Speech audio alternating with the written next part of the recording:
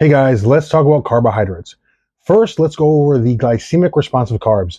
There's something called the glycemic index, and this is a measurement of your body's response to the speed at which carbohydrate-containing foods raise your blood sugar levels after consumption. Now, there are two main types of carbohydrates: high GI or simple carbs, which raise your blood sugar levels quicker than low GI or complex carbs, which can still raise your blood sugar levels, just not at the same per volume load.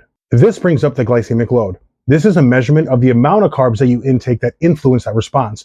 So a lot of low GI carbs can still impact your blood sugar levels, but you don't need as much high GI carbs to do the same thing. Now let's talk about the importance of carbohydrates for muscle growth.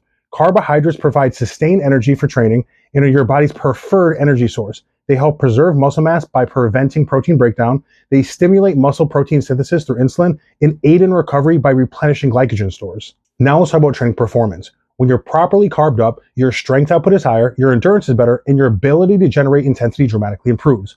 Low carb diets might be trendy, but try doing a high volume leg session without adequate carbs. It's like trying to race a car with a quarter tank of gas. Now here's where carb timing matters. Your highest carb meal should be around your peri-workout window, mainly post-workout to replenish the stores used from training, but pre-workout isn't a bad idea either to make sure you're satiated before your session. This is when your body can utilize them the most efficiently for performance and recovery. But understand when you train, a lot of your carbs actually come from the glycogen stored in your muscle and liver from the previous day. So you're basically replenishing as you train.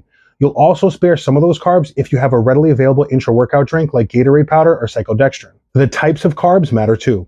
For training performance before a workout, you really want carbs that are readily available to fuel your activity. So higher GI carbs work best here.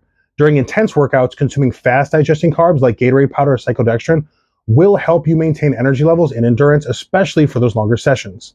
After your workout, quick digesting carbs help replenish glycogen stores quickly and aid in recovery. And for the rest of the day, in days like rest days where you're not really involved in high intensity activities, focus on more complex carbs to maintain consistent energy, avoid hunger, provide nutrients for overall general health, and help keep insulin levels stable. Now, how much carbs are necessary?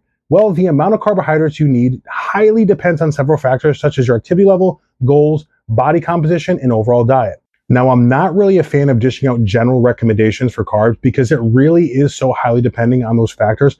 But as a general recommendation for someone who's trying to gain muscle in a caloric surplus, 2.5 to 4 grams of carbs per pound of body weight is adequate.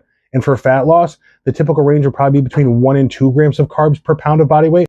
But again, to be accurate, you would need to be measuring things by your total output levels. Also, keep in mind modifying your carbs from training days and rest days isn't a bad idea, as rest days you typically have less of an output, so your input likely does not need to be as high.